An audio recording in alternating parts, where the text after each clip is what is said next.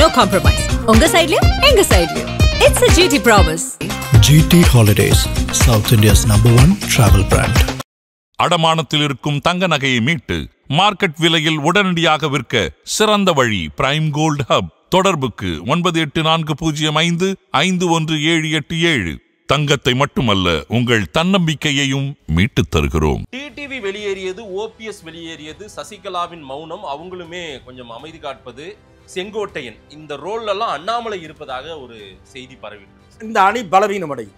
இந்த அணி டெல்டாவிலும் தெற்கிலும் தோக்கும். இந்த அணி தோல்வியை தழுவும். வெயிட் செய்யுங்க. ரெண்டாவது ஓபிஎஸும் டிடிவியும் இல்லைன்னா சார், நான் ஒரு நிமிஷம், நீங்க ஒண்ணு புரிஞ்சுக்க மாட்டேன்றீங்க.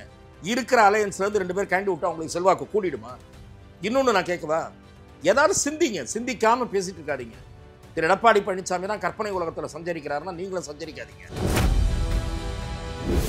ஏன் என்டிஏ கூட்டணியிலிருந்து ஓபிஎஸ் விலகினார், இப்ப வந்து டிடிவி தினகரன் விலகி இருக்கார், இவங்கெல்லாம் என்ன பிளான்ல இருக்காங்க சார்? திரு எடப்பாடி பழனிசாமியிடம் நீங்கள் அந்த அளவுக்கு பணிந்து போக வேண்டிய அல்லது இணக்கமாக செல்ல வேண்டிய அவசியம் என்ன? எடப்பாடி இல்லைன்னா அந்த வண்டி சரியா ஓடாதுன்னு நினைக்கிறாங்க பிஜேபி. விஜய் பக்கத்திலே அனுபவசாலிகள் இல்லை. முசி ஆனந்த் தான் இருக்கிறார். அவரை வைத்துக்கொண்டு வண்டியை ஓட்ட முடியாது. யாராவது இந்த ஐடியா கொடுக்குறவங்க 1-2 பேர் இருக்கிறார்கள். ஐடியா கொடுப்பவர்கள் மட்டுமே போராது, அரசியல் அனுபவசாலிகளும் தேவை. அதை விஜய் சரியான புள்ளியில் உணர்ந்து கொண்டால் இவர்களை வைத்து அவர் காய் நகர்த்த முடியும். உள்துறை எல்லாம் கூட்டிட்டு வந்து இங்க உட்காந்து வேலையை முடிச்சுட்டு போனாரு. ஆனாலும் டிடிவி தினகரன் ஓபிஎஸ் எல்லாம் தேவையில்லைன்னு அமித்ஷாவே நினைக்கிறாரோ? ஒரு வேலை எடப்பாடி விடுங்க, அமித்ஷாவே பிஜேபியே வேண்டாம். நீங்கள் வந்து கூறிய ஒரு வாசகத்தை நான் வன்மையாக ஆட்சேபித்து விரும்புகிறேன். உள்துறை அமைச்சகத்தை கூட்டி விட்டு வந்தாரெல்லாம் சொல்லாதீர்கள். நாட்டிலே தீவிரவாதம் எங்கெங்கெல்லாம் இருக்கிறதோ அது பாரதிய ஜனதா ஆட்சியில் தான் நசுக்கப்பட்டிருக்கிறது. சார், இருக்கிறது விஜய் ஆப்ஷன் ஒண்ணு சார். அடுத்து அப்படி விஜய் ஆப்ஷனை நோக்கி இவங்கெல்லாம் போனால் அது பலம் பொருந்தியதாக மாறுமா என்ன? ஒரு பெரிய மெகா கூட்டணி. அதிமுக வாக்கு வங்கியில் பலத்த சரிவு ஏற்படும். விஜயை அதிகமாக பாராட்டுகிறார், தாவேகாவை அதிகமாக பாராட்டுகிறார் டிடிவி தினகரன். விஜயகாந்த் மாதிரி ஒரு தாக்கத்தை விஜய் ஏற்படுத்துவாருன்னு சொல்றாரு. விஜயோட அலைன்ஸ் போறதுக்கு டிடிவி தயாரா இருக்காரோ? ஒரு வேலை அது எனக்கு தெரியாது. ஆனால் திரு விஜயகாந்த் அவர்களை விட கூடுதல் தாக்கத்தை திரு விஜய் ஏற்படுத்துவார் என்று மட்டும் என்னால் சொல்ல முடியும். நிர்மலா சீதாராமன் அவர்கள் ஒரு நிர்வாகிகள் கூட்டத்தை நடத்துறாங்க. அத்தனை பேருமே பிரசிடண்டாங்க. அண்ணாமலை மட்டும் ஆப்சென்ட். டெல்லியில நேற்றைக்கு நடந்த தமிழக பாஜக தலைவர்களுடைய முக்கிய தலைவர்கள் கூட்டம் அங்க அமித்ஷா தலைமையில் எல்லாம் நடந்திருக்கிறது. அங்கேயும் அண்ணாமலை ஆப்சென்ட். அண்ணாமலை பல நேரம் ஒதுங்கி கொள்கிறாரா இல்ல ஒதுக்கப்படுகிறாரா சார்? குழப்பத்தில் இருக்கிறாரா அண்ணாமலை? தெளிவாதான் இருக்காரா? அவர் வந்து பிஜேபி என்டிஏ கூட்டணி எடப்பாடி முதலமைச்சர் ஆகணும் தெளிவா இருக்காரா, இல்ல ஏதேனும் குழப்பத்தில் இருக்கிறாரா, வேறு ஏதேனும் திட்டத்தில் இருக்கிறாரா? பத்திரிகையில் வந்த செய்தியைத்தான் நான் பார்க்க முடியும். அதையும் கடந்தெல்லாம் நான் சிந்திப்பதற்கு தயார். அதன் தமிழர்களுக்கு வணக்கம். பல்வேறு துறைகளில் ஆக சிறந்த ஆளுமைகளை சந்தித்து நாம் நேர்காணல் எடுத்து வருகிறோம். அந்த வகையில் மீண்டும் நம்மோடு இணைந்திருக்கிறார் மூத்த பத்திரிகையாளர் திரு துக்ளக் ரமேஷ் அவர்கள். அவரிடம் கேட்பதற்கு நிறைய இருக்கின்ற வாரங்களோடமே கேட்போம். வணக்கம் ரமேஷ் சார். வணக்கம் மாதேஷ், எப்படி இருக்கீங்க? நலம். ரமேஷ் சார், என்டிஏ கூட்டணியில் நாங்கள் தொடர்ந்து இருந்து கொண்டே இருக்கிறோம்னு ஓபிஎஸும் டிடிவி தினகரனும் பதிவு செய்து கொண்டே இருந்தார்கள். முதல்ல ஓபிஎஸ் என்டிஏ கூட்டணியிலிருந்து வெளியேறினாரு.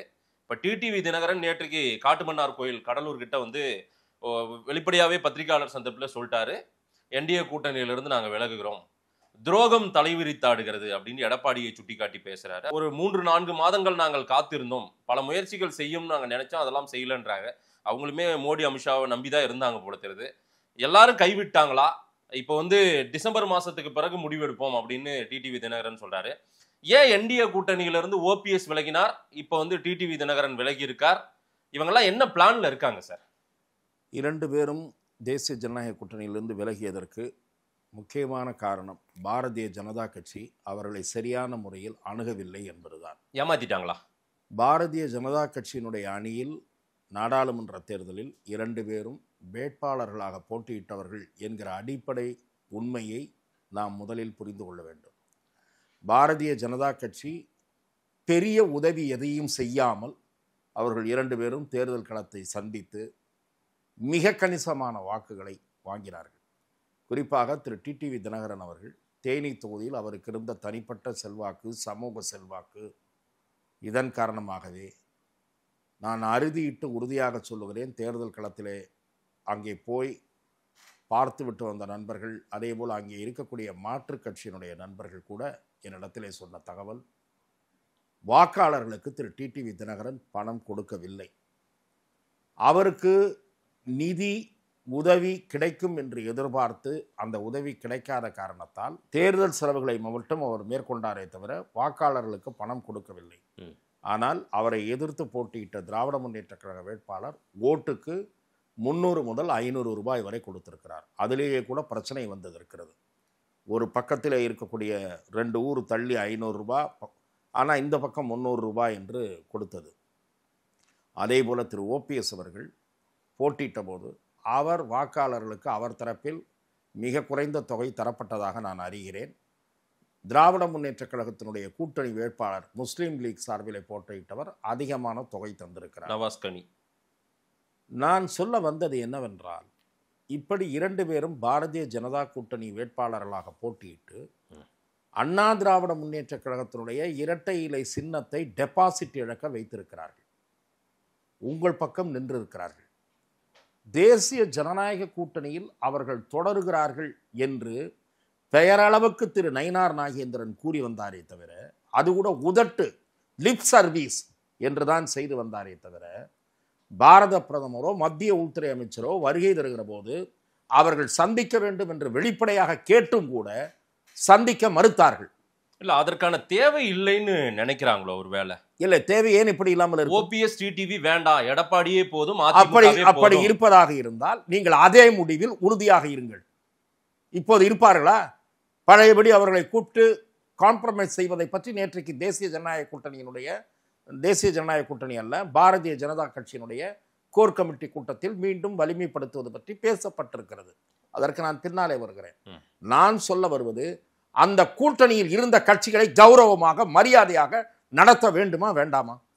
திரு எடப்பாடி பழனிசாமியிடம் நீங்கள் அந்த அளவுக்கு பணிந்து போக வேண்டிய அல்லது இணக்கமாக செல்ல வேண்டிய அவசியம் என்ன? எடப்பாடி இல்லைன்னா அந்த வண்டி சரியா ஓடாதுன்னு நினைக்கிறாங்க பிஜேபி. நான் சொல்ல வருவது, அதிமுக இல்லை, எங்கே தவறு செய்தீர்கள் என்று நான் சொல்லுகிறேன். அதிமுகவுடன் கூட்டணியை இறுதி செய்வதற்கு முன் இவர்கள் எல்லாம் எங்கள் கூட்டாளிகள் என்பதை நீங்கள் தெரிவித்திருக்க வேண்டும். திரு எடப்பாடி பழனிசாமி உங்களிடம் எந்த கட்டத்தில் வந்தார்? நடிகர் விஜயனுடைய தமிழக வெற்றி கழகத்துடன் கூட்டணி சேர்கிற முயற்சிகள் தோற்று போன பிறகு உங்களை நாடி அவர் வந்தார். அந்த கட்டத்தில் நீங்கள் என்ன சொல்லி இருக்க வேண்டும்? எக்ஸிஸ்டிங் என்டிஏ அலையன்ஸ் அவர்கள் எங்களோடு தான் இருப்பார்கள், நாம் நமது பேச்சுவார்த்தையை தொடரலாம். பாரதிய ஜனதாவினுடைய திட்டத்தை ஆரம்பத்திலேயே சொல்லி இருக்க வேண்டும். தேசிய ஜனநாயக கூட்டணியாக நாம் இணைந்து செயல்படுவோம். பாரதிய ஜனதா தலைமையில் இருக்கக்கூடிய ஏற்கனவே இருக்கக்கூடிய எக்ஸிஸ்டிங் கட்சிகளுக்கு சீட்டை நீங்கள் எங்களுக்கு கொடுங்கள், நாங்கள் பங்கிட்டு தருகிறோம் என்ற அணுகுமுறையோடு இந்த பேச்சுவார்த்தை நடைபெற்றிருந்தால் இந்த 2 பேரும் வெளியே போயிருக்க மாட்டார்கள். ஆகவே இந்த 2 கட்சிகளும் வெளியேறியதற்கு பெரும் பொறுப்பு பாரதிய ஜனதா. இவர்கள் கூடாது என்று வெளிப்படையாக தன்னை நிலைநிறுத்தி கொண்ட, தன்னை அடையாளப்படுத்தி கொண்ட இபிஎஸும் ஒரு காரணம். ஓபிஎஸ்க்கு காலம் கடந்து விட்டது, தினகரனுக்கு காலம் கனியவில்லை. இப்ப என்ன ஆச்சு? இல்ல சார், காலம் பதில் சொல்லும். இல்ல, காலம் பதில் சொல்லும். இப்ப என்ன ஆச்சு? விஷயத்துல கொஞ்சம் மென்மையை கடைபிடித்த இல்ல, நீங்கள் யார் அதை கூறுவதற்கு அவர் நினைக்கிறார்? அவர்தானே டிசைடிங் இன்னைக்கு. இல்ல, அவர் தேசிய ஜனநாயக கூட்டணியின் தலைவர் பாஜக சொல்லட்டும் என்று எதிர்பார்த்தார். இன்றைக்கு அவர் அதை தானே சொல்லியிருக்காரு. எடப்பாடி பழனிசாமி ஒரு பொருட்டாகவே டிடிவி தினகரன் கருதி பேட்டி அளிக்கவில்லை. அவருடைய பேட்டியை நீங்கள் மிக நுட்பமாக கவனித்தால், நாங்கள் தேசிய ஜனநாயக கூட்டணியில் இடம்பெற்றிருந்தோம். எதனால் இடம்பெற்றிருந்தோம்? பாரத பிரதமர் மோடி அவர்கள் சீரிய தலைமையின் கீழ் நாடு வளர்ச்சி பாதையில் செயல்பட்டுக் கொண்டிருக்கிறது. இந்த வார்த்தைகளை எல்லாம் அவர் பயன்படுத்தி இருக்கிறார். ஆனால் துரோக சக்திகள், நாங்கள் இங்கே இருக்கக்கூடிய துரோக சக்திகள் விரும்பவில்லை என்பதை போல அவர் சொல்லி இருக்கிறார். ஆகவே திரு எடப்பாடி பழனிசாமி அவர்கள் மதிக்கவில்லை. டிடிவியை பொறுத்தவரை ஓபிஎஸ் ஆவது மதித்தார். என்ன மதித்தார்? அதிமுக ஒன்றுபட்டால் தான் பழைய வலிமை பெறும், எனக்கு எந்த பொறுப்பும் வேண்டாம் என்று அவர் சொல்லிக் கொண்டே இருந்தார். ஓபிஎஸ் விஷயத்திலும் பாஜக ஒரு முடிவுக்கு வரவில்லை. ஆகவே ஓபிஎஸ் டிடிவி 2 பேரும் வெளியேறியதற்கு பெரும் பொறுப்பு பாஜகவினுடையது, ஒரு பகுதி பொறுப்பு எடப்பாடி பழனிசாமியினுடையது. அந்த அணி வலிமை இன்றைக்கு இனிமேல் என்ன முயற்சி எடுக்க போகிறார்கள் என்று தெரியவில்லை. டிசம்பரில் எடுக்கிறோம், ஜனவரியில் எடுக்கிறோம் என்றால் அப்படியே ஓய்வெடுத்துக் கொண்டு இருக்க வேண்டியதுதான். தேர்தல் நெருங்கி கொண்டிருக்கிறது, பல காட்சிகள் மாறிக்கொண்டிருக்கின்றன. புதிய பிளேயராக நடிகர் விஜய் உள்ளே இருக்கிறார். ஆகவே அவர் ஒரு வலிமை மிக்க சக்தியாக உருவாகி வருகிறார் என்று வெவ்வேறு கருத்து கணிப்புகள். போக்கிடம் இருக்கு அப்படின்னா இதுவரையில இவங்களுக்கு போக்கிடம் எங்க இருக்குன்னு பார்த்தா விஜய் ஆப்ஷன் நீங்க கொண்டு வரீங்க. அந்த இடத்துல விஜய் ஆப்ஷனை நோக்கி இவங்கெல்லாம் போவாங்களா? ஓபிஎஸ் முன்னாள் முதலமைச்சர், டிடிவி தினகரன் ஏற்கனவே நிரூபிக்கப்பட்டவர், மக்களால் அங்கீகரிக்கப்பட்டவர், அவரெல்லாம் போய் விஜய் தலைமையை ஏற்றுக்கொண்டு பயணிப்பாங்களா? அது வாய்ப்பு இருக்கா? அதுவும் ஒரு வாய்ப்பு இருக்கிறது, இல்லை என்று நாம் கூற முடியாது. அவர்களுக்கு வேறு வாய்ப்புகளும் இருக்கலாம். இப்போ திரு செங்கோட்டையன் கழகக்கொடியை உயர்த்தி இருக்கிறார். திரு செங்கோட்டையன் என்ன அறிவிக்க போகிறார், இதே டோனில் தான் அறிவிக்க போகிறார் என்று எனக்கு தகவல். அதிமுக வலிமை பெற வேண்டும் என்றால் மீண்டும் பிரிந்து போனவர்கள், நீக்கப்பட்டவர்கள் சேர்க்கப்பட வேண்டும் என்று காலக்கெடுவுடன் அவர் நிபந்தனை விதிக்கக்கூடும் என்று நான் கேள்விப்படுகிறேன். அவர்களெல்லாம் சேர்ந்து செயல்படக்கூடிய சூழலும் உருவாகலாம். சோ இப்போ செங்கோட்டையன் போர்க்கொடி, செங்கோட்டையன், டிடிவி தினகரன், ஓபிஎஸ், சசிகலா எல்லாரும் ஒரே நேர்கோட்டு பாதையில் நிக்க போறாங்களா? ஒரே நேர்கோட்டு பாதையில் வருவதற்கு வாய்ப்புகள் அதிகம் இருப்பதாக நான் பார்க்கிறேன். அதாவது கெடு விதிப்பாங்க, பிஜேபியோடு மீண்டும் சமரச பேச்சுவார்த்தைக்கு ஏதேனும் அவங்க வந்தா பேச்சுவார்த்தை நடத்துவாங்க, இல்லனா விஜய் நோக்கி போவாங்கன்றீங்களா? நிச்சயம் அதற்கான வாய்ப்பு இருக்கிறது என்று நான் கருதுகிறேன். இல்லை என்றால் அவர்களுக்குள்ளேயே கூட 1-2 பேர் திராவிட முன்னேற்ற கழகத்தின் பக்கம் பார்வையை திருப்பக்கூடும். இதுல யாரு அந்த மாதிரி திமுக கூட போனா ஓபிஎஸ்க்கே வேல்யூ இல்லாம போயிடும். இல்ல, நீங்கள் நான் அதை சொல்ல விரும்பவில்லை. நான் சொல்லல சார், வெகுஜன மக்கள் திமுக நான் சொல்லுகிறேன், நான் சொல்லுகிறேன் சார். திரு ஓபிஎஸ் அவர்களோடு நான் நெருங்கிய தொடர்பில் இருப்பவன். அதிகாரபூர்வமற்ற உரையில் அவருடைய அணியைச் சேர்ந்தவர்களோடு பேசக்கூடியவன். நான் திரு ஓபிஎஸ் என்று குறிப்பிடவே இல்லை, நீங்கள் தான் குறிப்பிட்டீர்கள். திராவிட முன்னேற்ற கழக அணியில் இடம்பெறுபவர்களுக்கு அம்மா அவர்களோடு, எம்ஜிஆர் அவர்களோடு பயணித்தவர்கள் யார் போனாலும் அவர்களுக்கு அது கரையாகத்தான் இருக்கும். அவர்களுடைய அரசியல் வாழ்வு பிரகாசமாகலாம், அதை நீங்கள் அலட்சியப்படுத்த முடியாது. அரசியல் வாழ்வு பிரகாசமாகலாம். அதற்கு எடுத்துக்காட்டு செந்தில் பாலாஜி, ஏவா வேலு, ஜெகத் ரட்சகன், அங்கே போனவர்கள், முத்துசாமி, அவர்களெல்லாம் வெவ்வேறு காலகட்டங்களில் திராவிட முன்னேற்ற கழகத்திற்கு போனவர்கள் தான். முக்கிய பொறுப்புகளில் அவர்கள் தகுதி திறனறிந்து அமர்த்தப்பட்டிருக்கிறார்கள். நான் சொல்வது அவர்களும் வலை வீசக்கூடும், இவர்கள் போவார்கள் என்று நீங்கள் அப்படி மட்டும் பார்க்கக்கூடாது. அதிமுகவுக்குள் ஒரு சலசலப்பு உருவானால் அவர்களும் வலை வீசக்கூடும். விஜயும் இது குறித்து சிந்திக்கக்கூடும். விஜய் பக்கத்திலே அனுபவசாலிகள் இல்லை, முசி ஆனந்த் தான் இருக்கிறார். அவரை வைத்துக்கொண்டு வண்டியை ஓட்ட முடியாது. யாராவது இந்த ஐடியா கொடுக்குறவங்க 1-2 பேர் இருக்கிறார்கள். ஐடியா கொடுப்பவர்கள் மட்டுமே போராது, அரசியல் அனுபவசாலிகளும் தேவை.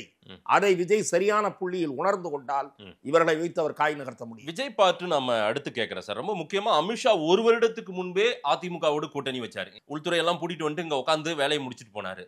ஆனாலும் டிடிவி தினகரன், ஓபிஎஸ் எல்லாம் தேவையில்லைன்னு அமித்ஷாவே நினைக்கிறாரோ? ஒரு வேலை எடப்பாடி விடுங்க, அமித்ஷாவே பிஜேபியே வேண்டாம். நீங்கள் கூறிய ஒரு வாசகத்தை நான் வன்மையாக ஆட்சேபிக்க விரும்புகிறேன். உள்துறை அமைச்சகத்தை பூட்டி விட்டு வந்தாரெல்லாம் சொல்லாதீர்கள்.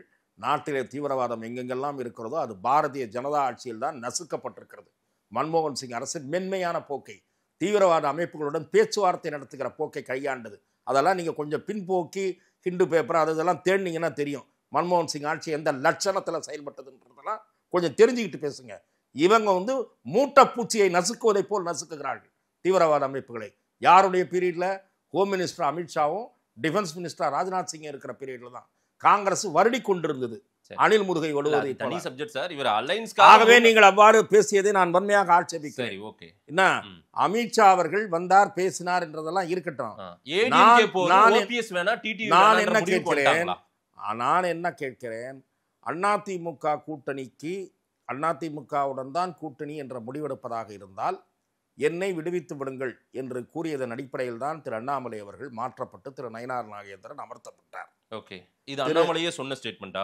திரு அண்ணாமலை அவர்கள் ஏற்கனவே கட்சியினுடைய ஊழியர் கூட்டத்தில் பேசி பதிவாகி இருக்கிறது தினத்தந்தி பத்திரிகை. சரி, அதிமுகவோட கூட்டணி வச்சா நான் விலகிடுவேன் அப்படின்னு சொன்னார். நீங்கள் படித்த ஒருவேளை நினைவில் இல்லாமல் நினைவில் இருக்கு, அப்படி சொன்னார் அல்லவா? ஆகவே அதன் காரணமாக அவர் விடுவிக்கப்பட்டிருக்கலாம். ஏன்னா இங்க இருக்கிற சில கம்பு சுத்துறவங்க, திமுக சொம்பு சுத்துறவங்கலாம் என்ன பண்றாங்கன்னா அண்ணாமலை நீக்கிட்டாங்கன்னு அதிமுகவை திருப்திப்படுத்துவதற்காக பேசுபவர்களும் அதை பேசிக் கொண்டிருக்கிறார்கள். அப்படி நடைபெறவில்லை. அதை நான் மீண்டும் ஒரு முறை தெளிவுபடுத்துகிறேன். ஆகவே அவரை மாற்றிவிட்டு திரு நயினார் நாகேந்திரனை தலைவராக நியமித்தார்கள். நீங்கள் ஒரு நிமிஷம் ஒரு விஷயத்தை யோசிக்கணும். அதிமுகவோட இணக்கமாக போகிறதுக்கு தானே இவரை நியமித்தாங்க. ஆமாம், இவர் ஒரு எக்ஸ்பீரியன்ஸ் பர்சன் தானே. மந்திரியாக இருந்தவர், எம்எல்ஏவாக இருக்கார், ஏடிஎம்கேல மந்திரியாக இருந்தவர். ஏடிஎம்கேனுடைய அத்தனை முன்னணி தலைவர்களையும் பழக்கம். அவர் ஏன் எந்த ஒற்றுமைக்கும் எந்த வலிமைப்படுத்துகிற முயற்சியிலையும் என்ன ஈடுபட்டார்? அவர் பொறுப்பேற்றதுலேருந்து ஏதாவது வெளிப்படையான சம்பவம் உண்டா? ஓபிஎஸ்ஐ சந்தித்து பேசினாரா? டிடிவியை சந்தித்து பேசினாரா? அவசரப்படாதீர்கள் கூட்டணியில் இருங்கன்னு சொன்னாரா? இவர் காரில் போகும்போது மைக்கை நீட்டுவாங்க, அப்போ தான் சொல்லுவாரா? நயினார் நாகேந்திரன் அவர்களுடைய தரப்பிலையும் எந்த விதமான முயற்சியும் எடுக்கப்படவில்லை. ஆகவே எல்லாவற்றையும் அமித்ஷா முன்னிருந்து திரும்ப ஒரு கேள்வி கேட்கிறேன். அதற்கான தேவை வேண்டாம், இல்ல நமக்கு வேண்டாம் என்றால் இந்த அணி பலவீனம் அடையும். இந்த அணி டெல்டாவிலும் தெற்கிலும் தோக்கும். இந்த அணி தோல்வியை தழுவும். வெயிட் செய்யுங்க. ரெண்டாவது ஓபிஎஸும் டிடிவியும் இல்லனா சார், நான் ஒரு நிமிஷம், நீங்க ஒண்ணு புரிஞ்சுக்க மாட்டேன்றீங்க. இருக்கிற அலையன்ஸ்ல இருந்து 2 பேர் கேண்டி விட்டா உங்களுக்கு செல்வாக்கு கூடிடுமா? இன்னொன்னு நான் கேட்கவா? ஏதாவது சிந்திங்க, சிந்திக்காம பேசிட்டு இருக்காதீங்க. திரு எடப்பாடி பழனிசாமி தான் கற்பனை உலகத்துல சஞ்சரிக்கிறாருன்னா நீங்களும் சஞ்சரிக்காதீங்க. திரு அமித்ஷா சொன்னாரு, அதுல கணக்குல பிழை இருக்குன்னு கூட ஒரு குறைந்தபட்ச சிந்தனை கூட அந்த கணக்கு ஏன் இப்ப அமித்ஷா சொல்லல? எடப்பாடி இருங்க சார், இப்ப அமித்ஷாவே அதை அக்செப்ட் பண்ணி அவர் எல்லாத்தையும் சொல்ல வேண்டியது. 4 மாசம் நான் காத்திருந்தேன் டிடிவி இன்னைக்கு சொல்றாரு.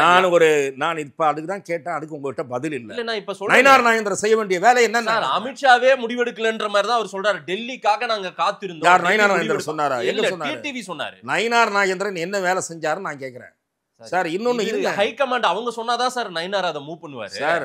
அவர் சொன்ன கேஸ் தனி, நீங்க ரெண்டுத்தையும் போட்டு ஒரே குழப்பம் சார். இதுல அமித்ஷா ரோல் தான் ரொம்ப முக்கியமானது சார். நான் ஒரு நிமிஷம் இருங்க. அமித்ஷா விரும்பல போல. இல்ல இப்ப நீங்க ஒரு தப்பு கணக்கு பேசிட்டு இருக்கீங்களா? எடப்பாடி ஒரு ஆகப்பெரிய செல்வாக்கான தலைவர்னு சொல்லிட்டு இருக்கீங்களா? அப்படி சொல்ல நீங்களா? இல்ல நீங்க தான் சொல்றீங்க. 18+21 39ன்னு திரு அமித்ஷா கூறினார்ல, சொன்னார்ல. அந்த 39ல தேமுதிக இல்லையா உங்களோட கூட்டணியில இருந்தது? அதை கழிக்க வேணாமா? அததான் நான் அமித்ஷா இருங்க வர சொன்னேன். அதை கழிக்க வேணாமா? கழிக்கணும்ல. அதே மாதிரி பாமக இருந்தது, அதை கழிக்க வேணாமா? கழிக்கணும் வேணாமா? ஓபிஎஸ் டிடிவி இருந்தாங்களா, அதை கழிக்க வேணாமா? அப்புறம் எங்க 39 கிழிக்கும்? யாருக்கு? அமித்ஷாவுக்கு சொல்றீங்க? இல்ல அது எடப்பாடி பழனிசாமி சொல்றாரு. எடப்பாடி சொல்ல இல்ல அதிமுகவும் சொல்லுது. இத வேணா டிரான்ஸ்லேட் பண்ணி அமித்ஷாவுக்கு அனுப்புவோம். இல்ல பாருங்க துப்புல. இல்ல நீங்கள் ஏதாவது நான் சொல்லுவதை நீங்க பேசுங்க, நீங்க புரிஞ்சிட்டு பேசுங்க.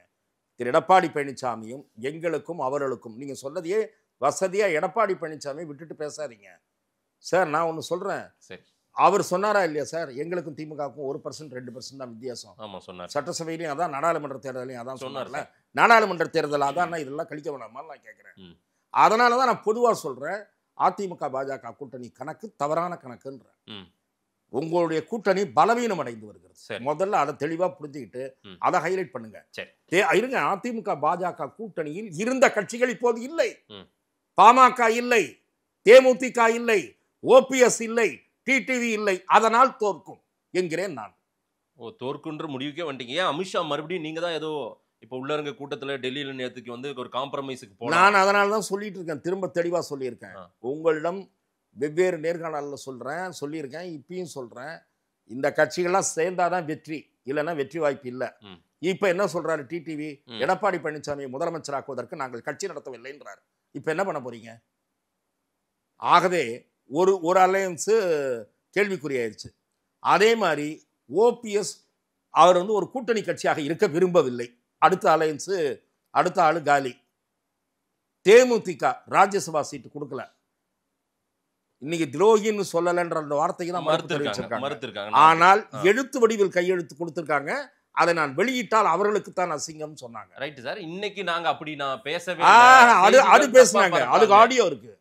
எழுத்து வடிவில் கையெழுத்து போட்டு கொடுத்ததை நான் வெளியிட விரும்பவில்லை அப்படின்னு சொன்னதுக்கு ஆடியோ இருக்கு. துரோகம்ன்ற வார்த்தையை முதுகில் குத்தி விட்டார்கள் தான், நான் சொல்லாத வார்த்தையை பயன்படுத்தியிருக்காங்கன்னு சொல்றாங்க. அவர்களை கூட்டணிக்குள் கொண்டு போகிற முயற்சியில் திமுக ஈடுபட்டுள்ளது. என்ன ஆக அந்த தேமுதிக அவுட்டு. யாரை வச்சுட்டு ஜெயிக்க போறீங்க? பாட்டாளி மக்கள் கட்சி 2ஆ உடைஞ்சிருக்கு. எப்படி ஜெயிப்பாருன்னு சொல்லுங்களேன் நீங்க எனக்கு தயவு செஞ்சு. ஆகவே அதாவது திரு எடப்பாடி பழனிசாமி மண் குதிரைன்னு சொல்லக்கூடாது, தமிழ் தெரிஞ்சவங்க சொல்ல மாட்டாங்க. மண் குதிரை நம்பி ஆற்றில் இறங்காதீர்கள், அதுதான் சரியான சொற்றொடர். ஆகவே வலிமையான கூட்டணி வரும் என்கிற கற்பனையான வாதத்தை தொடர்ந்து அதிமுக முன்வைத்துக் கொண்டிருக்கிறது. அந்த வலையில் பாரதிய ஜனதாவும் விழுந்து கொண்டிருக்கிறது.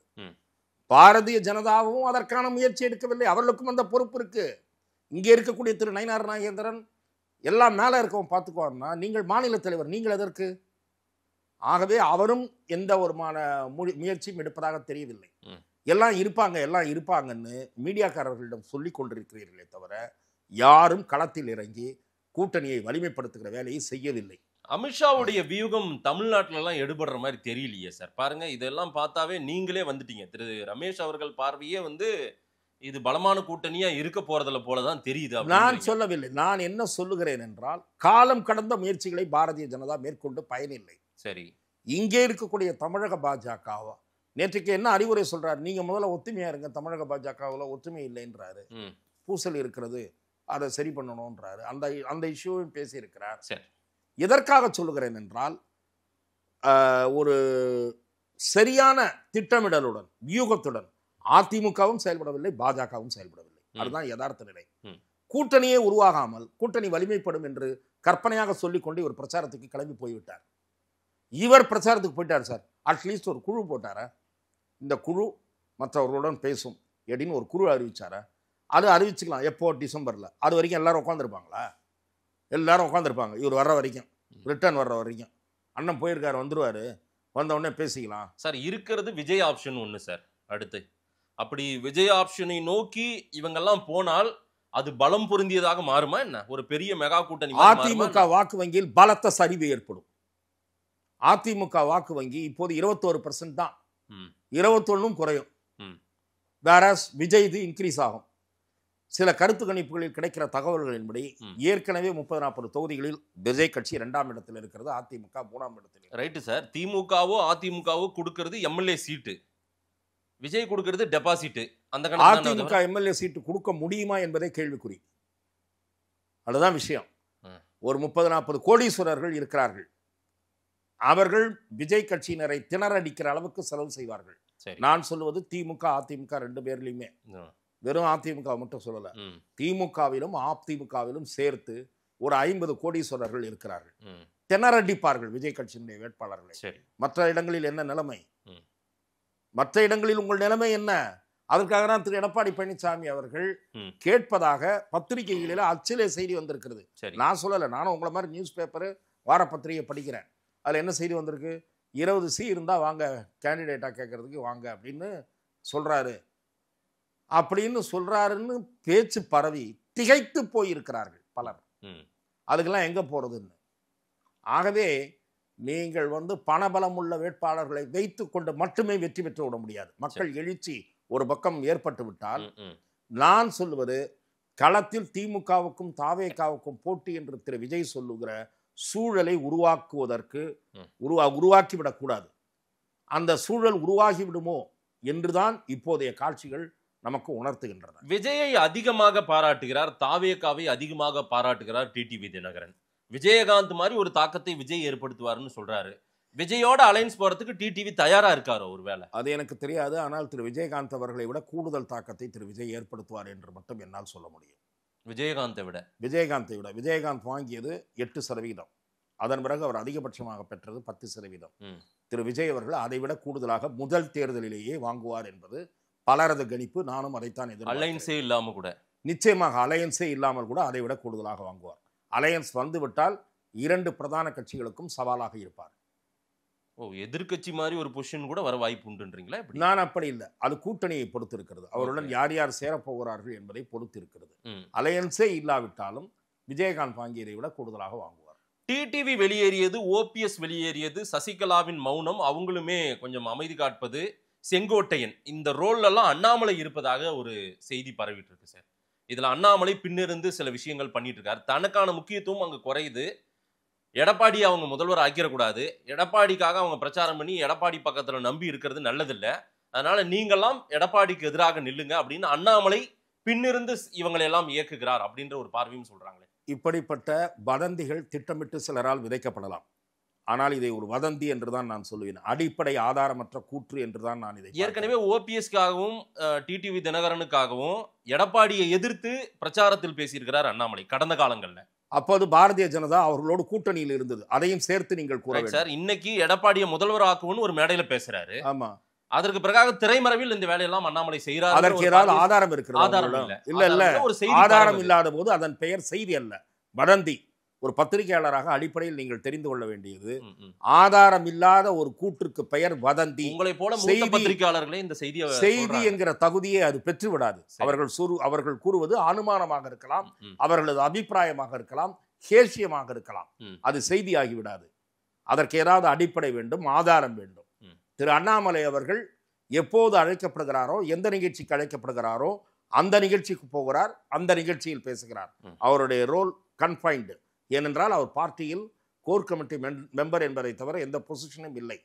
தேசிய அளவில் கட்சியில் சில நியமனங்கள் நடைபெறுகிற போது அவருக்கு ஒரு பொறுப்பு அளிக்கப்படலாம் என்று கூறப்படுகிறது. அதை நாம் பொறுத்திருந்துதான் பார்க்க வேண்டும். என்னை பொறுத்தவரை நான் பலகாலமாக சொல்லி வருகிற கருத்தை திரும்பவும் சொல்லுகிறேன். திரு அண்ணாமலை அவர்கள் தமிழக அரசியலில் தவிர்க்க முடியாத நபர். நிர்மலா சீதாராமன் அவர்கள் ஒரு நிர்வாகிகள் கூட்டத்தை நடத்துறாங்க, அத்தனை பேருமே பிரசிடண்டாங்க, அண்ணாமலை மட்டும் ஆப்சென்ட். டெல்லியில நேற்றைக்கு நடந்த தமிழக பாஜக தலைவர்களுடைய முக்கிய தலைவர்கள் கூட்டம் அங்க அமித்ஷா தலைமையில் எல்லாம் நடந்திருக்கிறது, அங்கேயும் அண்ணாமலை ஆப்சென்ட். அண்ணாமலை பல நேரம் ஒதுங்கி கொள்கிறாரா இல்ல ஒதுக்கப்படுகிறாரா சார்? அவர் ஒதுக்கப்படவும் இல்லை, ஒதுங்கிக் கொள்ளவும் இல்லை. அவர் எந்த காரணத்தினால் நேற்றைய கோர் கமிட்டி கூட்டத்தில் நான் பங்கேற்கவில்லை என்பதை தெளிவாக, நிறைய கல்யாண வேலை இருந்தது, நிச்சயமாக எனக்கு தெரிந்து 2-3 திருமண நிகழ்ச்சிகளுக்கு சென்றார். அதன் பிறகு அவர் கோயிலுக்கு போயிருக்கிறார். ஆகவே எல்லா கூட்டங்களிலும் எல்லோரும் தவறாமல் கலந்து கொள்கிறார்கள் என்று சொல்ல முடியாது. இது ரொம்ப முக்கியமான கூட்டம், நிச்சயமாக முக்கியமான கூட்டம் தான். இது தொடர்பாக பாரதிய ஜனதா மேலிடம் அவரிடம் கேட்கும். ஆகவே அது நாம அதுல தீவிர அக்கறை செலுத்த வேண்டிய அவசியம் இல்லை. திரு அண்ணாமலை அவர்கள் அமித்ஷா அவர்களுடைய மேடையில் தமிழகத்தில் அதிமுக கூட்டணி வெற்றி பெற வேண்டிய அவசியத்தை பேசியிருக்கிறார். குறிப்பாக பூத் கமிட்டி ஊழியர்கள் மாநாட்டில் பங்கேற்றிருக்கிறார். அது ஒரு முக்கியமான நிகழ்வு. கிட்டத்தட்ட 10,000க்கும் மேற்பட்டவர்கள் கலந்து கொண்ட ஒரு கூட்டத்தில் திரு எடப்பாடி பழனிசாமி முதலமைச்சர் ஆவதற்காக அதிமுக பாஜக கூட்டணி தீவிரமாக செயல்பட வேண்டும் என்று பேசியிருக்கிறார். அவரால் பேச மட்டும்தான் முடியும். செயல்பட வேண்டியவர்கள் பொறுப்புகளிலே இருப்பவர்கள், சரி, அதை அமுல்படுத்த வேண்டியவர்கள் பொறுப்புகளிலே இருப்பவர்கள், அதை அமுல்படுத்துகிற திசையை பயணிக்கிறார்களா என்பதுதான் நான் எழுப்பிய கேள்வி. நீங்க சொல்றதை பிரித்து வைத்து பார்க்கும்போது என்னால இன்னொரு கேள்வி வருது. அண்ணாமலை வர்சஸ் நயினார் நாகேந்திரன் ஏதேனும் பணிப்போர் போயிட்டு இருக்கா? நான் அப்படி இருப்பதாக கருதவில்லை. திரு நயினார் நாகேந்திரன் பொது நிகழ்ச்சிகளில், நான் சொல்லுவது பொது நிகழ்ச்சிகளில் திரு அண்ணாமலை அவர்களுக்கு உரிய மரியாதை அளிப்பதாகத்தான் நான் தொலைக்காட்சிகளில் பார்க்கிறேன். மற்றபடி எல்லா விஷயங்களிலும் எல்லோரும் கலந்து பேசுகிறார்களா, ஆலோசிக்கிறார்களா, அவருடைய ஆலோசனையை பெறுகிறார்களா என்பதெல்லாம் எனக்கு தெரியாது. பாஜகவில் உட்பூசல் உருவாகி இருக்கிறது என்பதை ஊடகங்களிலே வருகிற செய்திகளின் மூலம் நானும் பார்க்கிறேன். எனக்கு அது கவலை அளிக்கிறது. காங்கிரஸ் கட்சியை போல பாஜக ஆகிவிடக்கூடாது என்று திரு சோ அவர்களே ஒரு காலத்தில் எழுதியிருக்கு. அப்படிதான் இருக்கா? செய்தி வருது, நீங்க அவங்களோட எல்லாரோடையும் நெருக்கமா இருக்கிற ஒரு பர்சன், மூத்த பத்திரிகையாளர். இல்ல அந்த செய்திகள் நான் என்ன சொல்லுகிறேன், சார் நீங்க கணிச்சிருப்பீங்கல்ல, அப்படி எல்லாம் ஒண்ணும் இல்லைன்னாவது சொல்லுங்க, இல்ல இருக்குன்னாவது சொல்லுங்க, எதையாவது சொல்லுங்க. இல்ல நான் இணக்கமான செயல்பாடு தேவை என்று கூறுகிறேன். அப்போ ஒன்னா இல்ல, எல்லாரும் அது உங்களுடைய ஆளுக்கு ஒரு திசையில இருக்காங்க, அது உங்களுடைய பார்வை. அவ்வாறு செய்திகள் வருவதே நல்லதல்ல என்பது என் கருத்து. அவ்வாறு ஒரு அபிப்பிராயம் உருவாவதே நல்லதல்ல என்பது கருத்து. திரு அண்ணாமலைக்கு எதிராக சில செய்திகள் விதைக்கப்பட்டன, அது தவறான போக்கு என்று அந்த கட்டத்திலேயே நான் சுட்டிக்காட்டினேன். சரி, நிர்மலா சீதாராமன் அண்ணாமலை மீது ஏதேனும் கோபத்தில் இருக்கிறாரா சார்? எனக்கு தெரியாது. அப்படி ஒரு சம்பவம் ஐடிசி கிராண்ட் சோலாவிலே அவர் பேசியதாக ஒரு பத்திரிகையிலே செய்தி வந்தது, தினப்பத்திரிகையிலே ஒரே ஒரு பத்திரிகையிலே செய்தி வந்தது, வார பத்திரிகையிலே ஒரே ஒரு பத்திரிகையிலே செய்தி வந்தது. அது தொடர்பாக எந்த விதமான மறுப்பு அந்த சம்பந்தப்பட்டவர்கள் தரப்பு, எய்தர் மிஸ்டர் அண்ணாமலை நார் மேடம் எஃப்எம் அவர்கள் இந்த மாதிரி தினகரன் பத்திரிகையில் வந்ததுன்றதெல்லாம் அவருக்கு தெரிந்திருக்க வாய்ப்பில்லை. ஆகவே அதை வேறு யாராவது மறுத்திருக்க வேண்டும். அப்படி அந்த கூட்டத்தில் கலந்து கொண்டவர்களாவது மறுத்திருக்க வேண்டும். மறுக்காதது என்பது எனக்கு வியப்பை அளித்தது. ரொம்ப முக்கியமான கேள்வி சார். குழப்பத்தில் இருக்கிறாரா அண்ணாமலை? தெளிவாக தான் இருக்காரா? அவர் பிஜேபி என்டிஏ கூட்டணி எடப்பாடி முதலமைச்சர் ஆகணும் தெளிவா இருக்காரா, இல்ல ஏதேனும் குழப்பத்தில் இருக்கிறாரா, வேறு ஏதேனும் திட்டத்தில் இருக்கிறாரா? பத்திரிகையில் வந்த செய்தியைத்தான் நான் பார்க்க முடியும். அதையும் கடந்தெல்லாம் நான் சிந்திப்பதற்கு தயார். நீங்க திரு அண்ணாமலை அவர்களோடு பேசக்கூடியவர் எனக்கு தெரியும் நல்லா. இல்ல நான் சொல்லுவது ஒரு இப்ப 4 மாசமாவே அவருடைய அரசியல்ல ஏதேனும் குழப்பம் இருக்கா? இல்ல அவர் தனக்கு கொடுக்கக்கூடிய பணியை நிறைவேற்றுவதற்கு சார் அந்த வேலையை எல்லாரும் செய்வாங்க சார். அண்ணாமலை இப்ப அவர் தீர்க்கமா ஒரு முடிவு எடுக்கிறாரா இல்லையா? அவர் எந்த ரோலும் மட்டும் தான் வாய் உதட்டளவில் மட்டுமே எடப்பாடி முதல்வர் ஆகும்னு பேசுறாரு, உள்ளுணர்வில் இல்லையா? சார் நான் ஒன்று சொல்லுகிறேன், நீங்கள் நன்றாக உள்வாங்கிக் கொள்ளுங்கள்.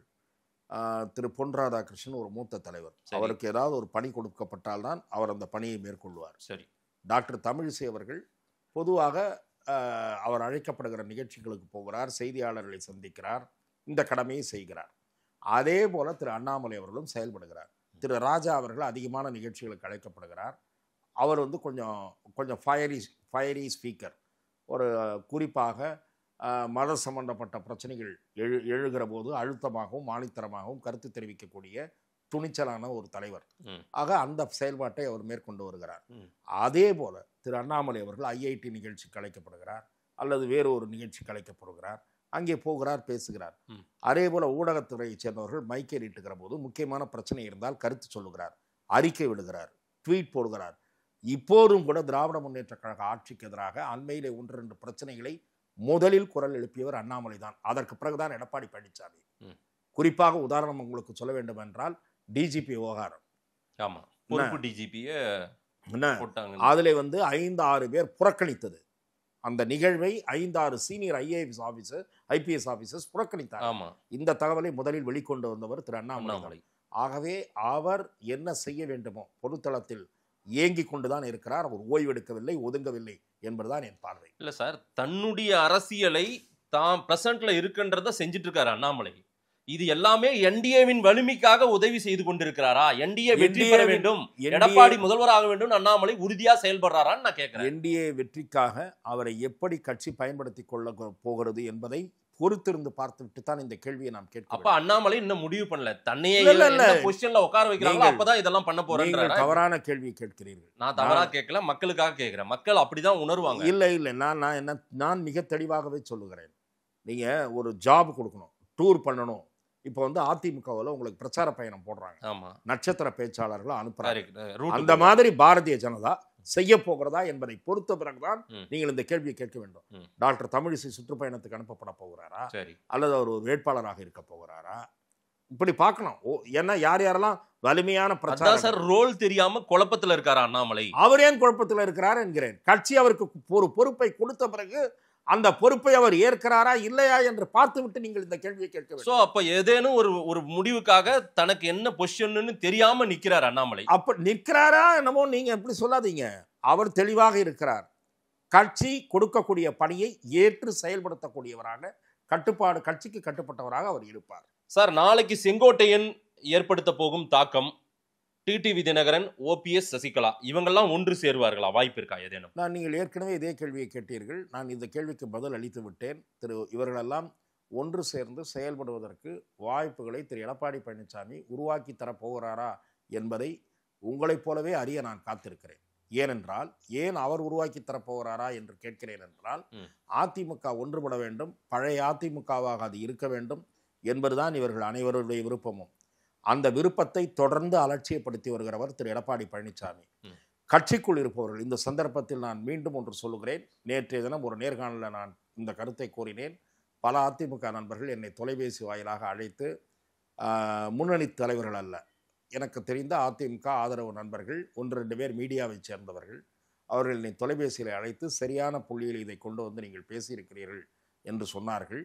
அதிமுகவுக்குள் இருக்கக்கூடிய திரு செங்கோட்டையன் மற்றும் ஓபிஎஸ் இவர்களுடைய எண்ண ஓட்டத்தை புரிந்து கொண்டு அது சரியான பார்வைதான், இவர் ஏற்க மறுக்கிறாரே என்ன செய்வது என்று கூறிக்கொண்டிருக்கக்கூடிய முக்கிய புள்ளிகள் மிகச்சரியாக அழுத்தம் கொடுக்க வேண்டிய நேரம் இது. இந்த நேரத்தை தவற விட்டு விட்டால் தேர்தலுக்கு பிறகு முடிவுகளை எண்ணி வருந்தி பயனில்லை. குதிரை போன பிறகு லாயத்தை பூட்டி பயனில்லை. ஆகவே அவர்களும் திரு செங்கோட்டையனும் ஓபிஎஸும் என்ன கருத்தை கொண்டிருக்கிறார்களோ அந்த கருத்தை புரிந்து கொண்டு கட்சிக்குள் அழுத்தம் கொடுக்க வேண்டும் என்பதை என்னுடைய நண்பர்கள் என்ற முறையிலே அவர்களை நான் கேட்டுக்கொள்கிறேன். இல்லை, இதுவரையிலுமே எடப்பாடி ஹீல்ட் ஆகல, அதை டிடிவி தினகரனே சொல்லிட்டாரு. காத்திருந்தோம், முடிஞ்சு போச்சு, அது இனி நடக்க போறதுன்னு அவரே முடிவு பண்ணிட்டாரு. ஆனாலும் மறுபடியும் ஒரு த்ரெட்டன் மாதிரி நீங்க அந்த வார்த்தையை பதிவு பண்ணிட்டே இருக்கீங்க. எடப்பாடி தான் அப்போ முடிவு பண்ண போறாரு அப்படின்ற புள்ளியில கொண்டு வந்து நிறுத்துறீங்க நீங்க விவாதத்தை. நான் அப்படி சொல்லவில்லை. திரு செங்கோட்டையன், நீங்கள் கேட்ட கேள்விக்கு பதில் சொன்னேன். திரு செங்கோட்டையன் இவர்களோடு இணைந்து செயல்படக்கூடிய சூழல் உருவாகுமோ என்றுதான் நான் பார்க்கிறேன். பார்க்கலாம் சார், நிறைய விஷயங்கள் நீங்க சொல்லியிருக்கீங்க. டிடிவி, ஓபிஎஸ், சசிகலா, செங்கோட்டையன் ஒரு அணியில் இவங்கெல்லாம் ஒன்று சேர்ந்து இணைவதற்கான வாய்ப்பை இபிஎஸ் ஏற்படுத்தி விடுவாரோ என்ற ஒரு பார்வையை நீங்க சொல்றீங்க. அப்படி இணைவதோடு நிறுத்தாமல் விஜய் பக்கமும் நகர்வது என்று முடிவெடுத்தால் அதிமுக ஆட்டம் காணும். இல்லை ஏடிஎம்கே ரெட்டை இலை, எடப்பாடி பழனிசாமியை கூட விட்டுருங்க, அதிமுகன்ற ஒரு பெரிய கட்சி ரெட்டை இலை, அதை மீறி விஜய் கூட இவங்கெல்லாம் போவாங்களா? இல்லை, நான் சொல்லுவது அதை நோக்கி அவர்களை நகர்த்தக்கூடாது. ஆ, இரண்டாவது, நகர்வார்களா, அவர் ஏற்பாரா, அதில் என்ன பேச்சு வரும், கட்சியாக போகிறாங்களா, சேர்றாங்களா, இல்லை நீங்கள் சொன்னது போலவே 1-2 நண்பர்கள் கேட்குறாங்க, முதலமைச்சராக இருந்த ஓபிஎஸ் விஜய் முதலமைச்சர் என்று சொல்ல போகிறாரான்னு கூட கேட்குறாங்க. முதல்ல நம்ம பொறுத்திருந்து பார்க்க வேண்டிய விஷயம். நான் என்ன சொல்கிறேன்னா, ஒருவேளை விஜய் ஏற்றுக்கொண்டு விட்டார் என்று வைத்துக் கொள்ளுங்கள், கூட்டணி கட்சியாக அதிமுகவுக்குள் சில தலைகளுக்கு ஒரு சபலம் தட்டும், நாம் அந்த ரூட்டை ஃபாலோ பண்ணலாம் போல இருக்கிறதே. நீங்கள் இதெல்லாம் இவர்களெல்லாம் கடந்த கால அதுதான், வலிமை எங்கே சேருகிறதோ அந்த பக்கம் போகலாம் என்று செய்யக்கூடியவர்கள் தான். ஏன் சார், செல்வி ஜெயலலிதா அவர்கள் மறைந்து விட்டார், அந்த அம்மா வீட்டில் தான் இருந்தாங்க, அவங்கள வற்புறுத்தி கொண்டு வரணும்னு நினைக்கிறாங்க. கட்சிக்குள்ளே இருக்கிற 1-2 பேர் நினைக்கிறாங்க, குடும்பத்தை சேர்ந்தவர்கள் 1-2 பேர் நினைக்கிறாங்க, கொண்டு வந்தாங்க. என்ன அவங்களுக்கு ஆள் சேருதா சேரலையான்லாம் இல்லை, சேர்ந்துடும் நம்ம முதல் வேலை போய் நின்றுடுவோன்னு அத்தனை பேரும் போய் நின்னாங்களா இல்லையா? சரி, இவங்களுடைய ட்ராக் ரெக்கார்டை நான் உங்களுக்கு ஞாபகப்படுத்துகிறேன். மாதேஷ் போன்றவர்கள் இவர்கள் எப்படிப்பட்டவர்கள் தெரிந்து கொள்ள வேண்டும். சரி, முதல் நாள் போய் நின்ட்டாங்களா இல்லையா சார்? வீட்டில், அவங்க வீட்டில், அம்மா தாயே நாங்கள்லாம் வந்திருக்கோம், பார்த்து ஏதாவது போட்டு கொடுங்கன்ற மாதிரி போய் நின்னாங்களா? ஓபிஎஸும் அப்படி நிற்கிறவர் தான் சார். குருமூர்த்தி சரியான ஐடியா கொடுத்திருந்தாருன்னா அப்படி நின்றுப்பாரு. இல்லை, நீங்கள் திரு அனாவசியமாக இப்படிப்பட்ட பெயர்களை நான் சொல்லல சார், மக்கள் கேள்வி. நீங்கள் எடப்பாடி பழனிசாமியை காப்பாற்றுவதற்காக இப்படிப்பட்ட ஒரு வாதத்தை முன்வைக்காதீர்கள். எடப்பாடி பழனிசாமி உட்பட சரணாகதி அடைந்தவர்களில் முதலாம் அவர். ஆகவே திரு தம்பிதுரை உட்பட நாடாளுமன்ற துணை சபாநாயகராக இருந்தவர், அம்மா உங்களை விட்டால் எங்களுக்கு கதி இல்லை அம்மா என்று போய் நின்றவர்கள் தான். அந்த காட்சி எனக்கு ஞாபகம் இருக்கு சார். ஆகவே தான் சொல்லுகிறேன், திரு விஜய் பக்கம் நகர்வார்களானால் விஜய் விஜய் ஏற்றுக்கொள்வது புத்திசாலித்தனமாக இருக்கும். ஓகே, விஜய் புத்திசாலித்தனமான மூவ் எடுப்பதாக இருந்தால், இவர்கள் கூட்டணிக்கு வர தயாராக இருந்தால் அணைத்துக் கொள்ள வேண்டும். அணைத்துக் கொண்டால் அதிமுகவில் மேலும் சில திருப்பங்களை நாம் எதிர்பார்க்கலாம். அமித்ஷாவுக்கு, பிஜேபிக்கு, மோடிக்கெல்லாம் இது மைனஸ் ஆகிருக்குமே சார்? நிச்சயமாக காலம் கடந்து முடிவெடுக்க கூடாது என்றுதான் பாரதிய ஜனதா, அதிமுக 2 பேருக்கும் நான் சொல்லிக் கொண்டிருக்கிறேன். ஓகே, காலம் கடந்து இவர்களை சேர்ப்பது பற்றியோ கூட்டணியை வலிமைப்படுத்துவதை பற்றியோ உரிய சமயத்தில் அந்த முடிவுகளை எடுக்க வேண்டும். அதற்கு திரு அமித்ஷா அவர்களையே நம்பியிருக்காமல் தமிழக பாஜக கொஞ்சம் செயல்பட வேண்டும். தமிழக பாஜக அதாவது ஒரு கொஞ்சமாவது ஆக்டிவாக இருக்க வேண்டும். எல்லாவற்றிற்கும் மேலே நம்பியிருக்காமல் இவர்களும் செயல்படுவோம், எங்களுக்கும் செயல்பட தெரியும் என்று காட்ட வேண்டும். ஒரு தெளிவான அரசியல் பதிலை நீங்க சொல்லியிருக்கீங்க. ஒரு விரிவான ஒரு பார்வை, மக்கள் என்ன சொல்றாங்கன்னு பார்க்கலாம். நேரில் வந்து நேரம் கொடுத்து பேசியமைக்கு நன்றி ரமேஷ் சார். வாய்ப்புக்கு நன்றி.